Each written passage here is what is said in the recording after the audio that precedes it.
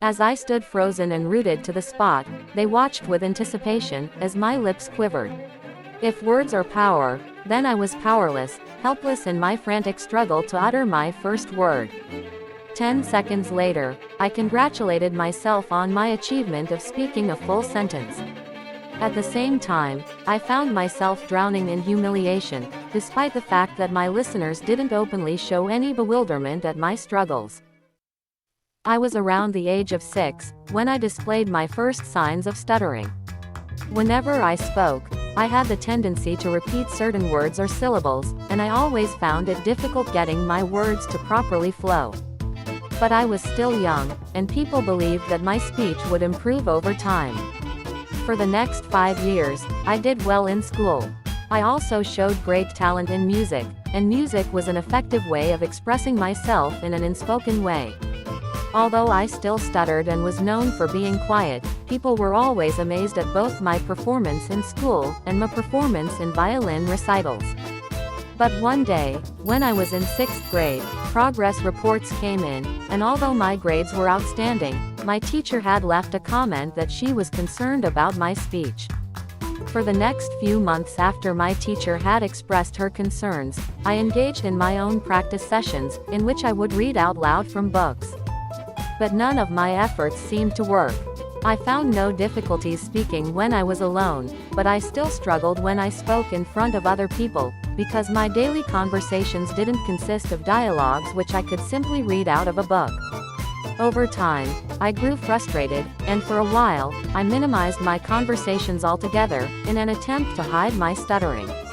But after accepting the fact that this would do nothing to actually solve my problem, I decided that I would force myself to be more talkative, even when I had nothing in particular that I wanted to say.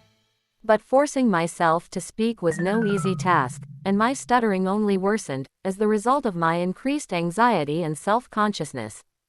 But one day, my teacher came up with a brilliant idea.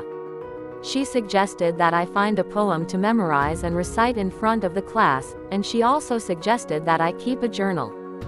For the next few months, I took the advice of my teacher. I decided to challenge myself by memorizing The Raven, which was 18 stanzas long, and I was inspired by my dad, who had done the same when he was in 6th grade himself. Starting in January, I memorized one stanza each week, and by the end of the semester, I had successfully memorized all 18 stanzas of the poem. When I finally recited the poem in front of my class, both my teacher and my classmates were astonished. After this experience, I felt more comfortable presenting myself in front of other people.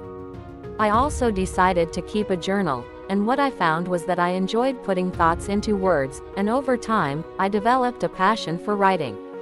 After writing for a while, I became even more eager to express myself to other people, and my spoken words no longer felt forced. As the result of my eagerness to express myself to other people, I was able to focus more on what I wanted to say, and I focused less on whether or not I would stutter.